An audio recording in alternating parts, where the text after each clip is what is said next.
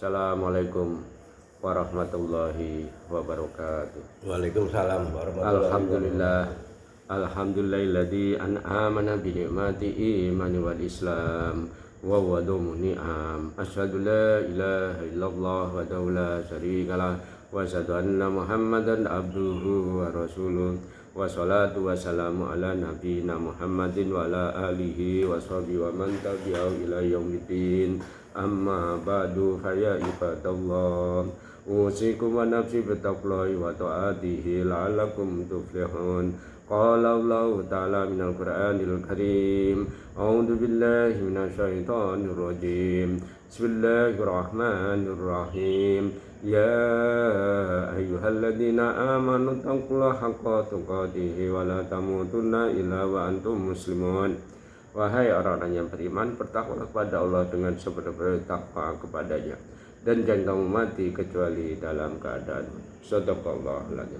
Masyaallah muslimin wal muslimat, jamaah salat subuh mushola Baitur Rasyid yang dimuliakan Allah.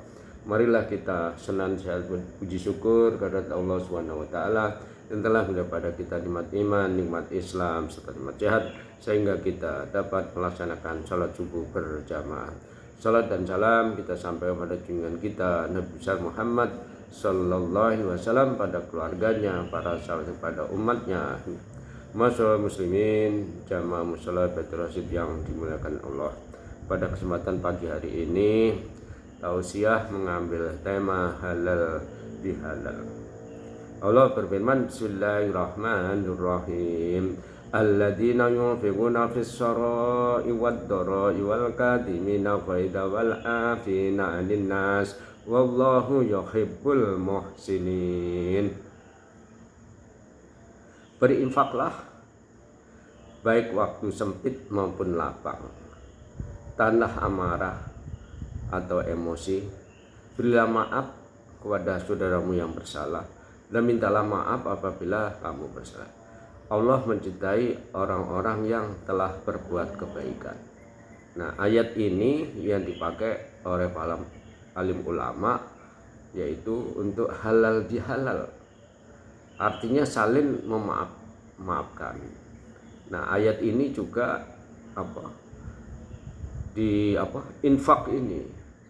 infak di waktu hari Lebaran ini dari alladzina yunfiqun tadi.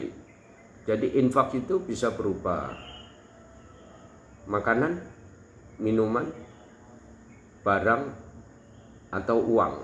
Nah, kalau yang berupa minuman, ya kan, setiap hari raya kan kaum muslimin menyediakan namanya hidangan. Nah, hidangan ini kan diantaranya ada makanan dan kue-kue. Kemudian ada yang memberi misalnya berupa barang, yaitu kita menghadiahkan sarung, baju koko, kopiah, atau lain-lain. Dan di momentum hari raya juga ada membagikan infak berupa uang, yaitu bisa kita membagikan terutama kepada kedua orang tua kita dulu, kerabat dekat, tetangga kanan kiri, sahabat, teman. Nah, ini yang kita beri infak itu. Nah, dari infak ini juga kita bisa memberikan misalnya paket. Nah, paket ini bisa berupa paket sembako, bisa paket makanan, bisa paket buah-buahan. Artinya infak ini sangat luas. Makanya di momentum hari raya ini para ulama itu dulunya sejarahnya itu tahun 1948 itu Indonesia kan merdekanya di tahun 1945. Namun setelah merdeka itu para pembesar atau para elit politik di beberapa daerah itu ada yang berontak. Makanya ada pemberontakan DITII, ada pemberontakan Permesta, ada pemberontakan yang di Kalimantan, di Sumatera Barat itu Pandri. Nah, pemberontakan ini akibat daripada tidak kepuasan daerah terhadap pemerintahan pusat. Oleh karena itu Presiden Soekarno minta fatwa kepada alim ulama, yaitu khususnya di Kiai Wahab Kasbullah di pesantren Tambak Beras. Nah, presiden itu datang pada waktu itu di bulan suci Ramadan. Namun kata Kiai Wahab itu, ya Presiden Soekarno nanti diundang saja pada momentum Lebaran para petinggi ini ke istana untuk bersilaturahmi. Wah, kalau silaturahmi itu biasa Pak Kiai, kita sudah biasa pertemuan di istana dari beberapa ini. Bukan. Nah kalau gitu kasih nama halal bihalal saja. Halal bihalal itu apa Pak Kiai? Halal bihalal itu artinya di surat Ali Imran 134 Allah berfirman, Bismillahirrahmanirrahim, ya ayyuhalladzin, Allah berfirman di surat Ali Imran, alladzina yunfikuna fis sarai wad darai wal kadhimina ghaidha wal afina 'anil nas wallahu yuhibbul muhsinin. Jadi dari ayat ini ya kan, kita diperintahkan Allah untuk berinfak, baik waktu kita rezeki sedikit maupun sedikit banyak. Nah itu kita diperintahkan untuk infak. Kemudian kita suruh menahan amarah emosi. Kemudian kita mohon maaf apabila kita salah, dan kita saudara-saudara kita yang bersalah apabila salah kita maafkan. Allah itu mencintai orang yang telah berbuat kebaikan. Nah inilah ayat surat Ali Imran ayat 134 itu dipakai rujukan sebagai halal bihalal oleh ulama. Oleh karena itu Presiden Soekarno, wah kalau begini, nah ini baru cocok Pak Kiai. Momentum halal bihalal itu pada waktu di bulan Syawal. Oleh karena itu dengan mendapatkan masukan atau fatwa dari ulama itu, Presiden Soekarno laksanakan di bulan Syawal. Oleh karena itu pada momentum bulan Syawal Presiden Soekarno mengundang para tokoh-tokoh bangsa. Karena kita tahu kemerdekaan itu kan kita peroleh dari perjuangan para anak-anak bangsa. Anak-anak bangsa di sini kan ada yang beragama Islam, ada yang beragama Buddha, ada beragama Katolik, ada beragama Protestan, ada Hindu, ada Buddha, dan lain-lain agama ini sama-sama ikut memperjuangkan kemerdekaan Indonesia. Oleh karena itu di momentum halal bihalal ini para petinggi anak-anak bangsa ini diundang ke istana supaya menyambung tali silaturahmi bahwa kita itu mengusir penjajah, kita muda, tapi kita sudah merdeka kok masih ada ketidakpuasan dari sana sini. Memang kita ini kan lagi transisi dari mulai penjajahan sampai kita merdeka, ini kan mulai transisi. Jadi kita harus sama-sama bersilaturahmi, mengikat tali persaudaraan. Nah ini pun Allah berfirman, Bismillahirrahmanirrahim, ya ayyuhan nasu taqu rabbakumul ladzi khalaqakum min nafsin wahidatin wa khalaqa minha zawjaha wa basa minhuma rijalan katsiran wa nisaa wattaqullaha tasaaluna bihi wal arham innallaha kana 'alaikum raqiba. Wahai manusia, bertakwalah kepada Allah yang telah menciptakan kamu dari diri yang satu, yaitu Adam, dan Allah menciptakan pasangannya, yaitu Siti Hawa. Dari Adam dan Hawa, Allah memperbiakan laki-laki perempuan yang banyak. Bertakwalah kepada Allah, dengan namanya kamu saling meminta. Peliharalah hubungan kekeluargaan, silaturahmi. Sungguhnya Allah menjaga dan mengawasi. Nah, disinilah letak titik silaturahmi itu. Jadi kita satu bapak satu ibu yang sama, kemudian di bingkai negara NKRI. Nah ini kita harus bisa bersilaturahmi, menjaga hubungan kekeluargaan.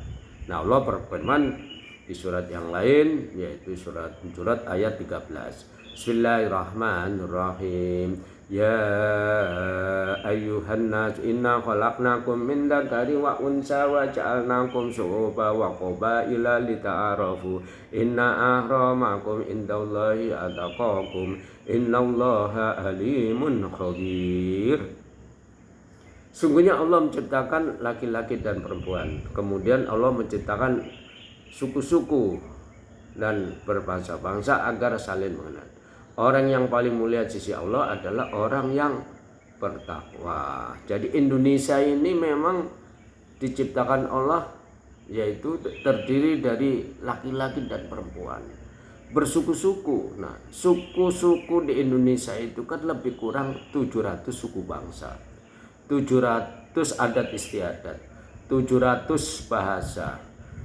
Terus dari agama pun kan ada agama Islam, agama Kristen, agama Katolik, agama Hindu, agama Buddha, dan agama Konghucu dan kepercayaan itu kan ada di Indonesia semua. Nah inilah ayat yang bahwa kita berbeda itu memang sudah sunatullah. Tidak bisa dipaksakan kehendak Indonesia itu menjadi satu negara Islam, karena ini ayatnya. Nah, makanya penekanan di samping surat An-Nisa tadi yang kaitan kita itu bersaudara dibingkai dengan negara NKRI, makanya kita itu menjadi bangsa Indonesia. Nah, kemudian saling bekerja sama antara suku-suku ini.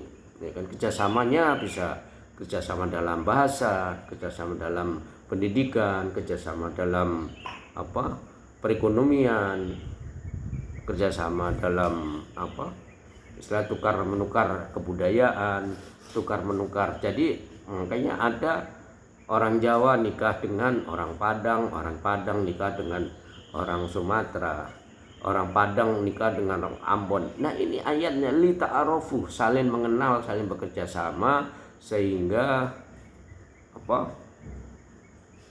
ini saling bisa memanfaatkan apa-apa yang ada di. Nah, inilah ayatnya. Makanya para ulama dulu membuat halal bihalal itu ya karena ayatnya beliau tahu. Nah, kita sebagai bangsa pada waktu itu sebelum kemerdekaan tidak ada itu namanya halal bihalal.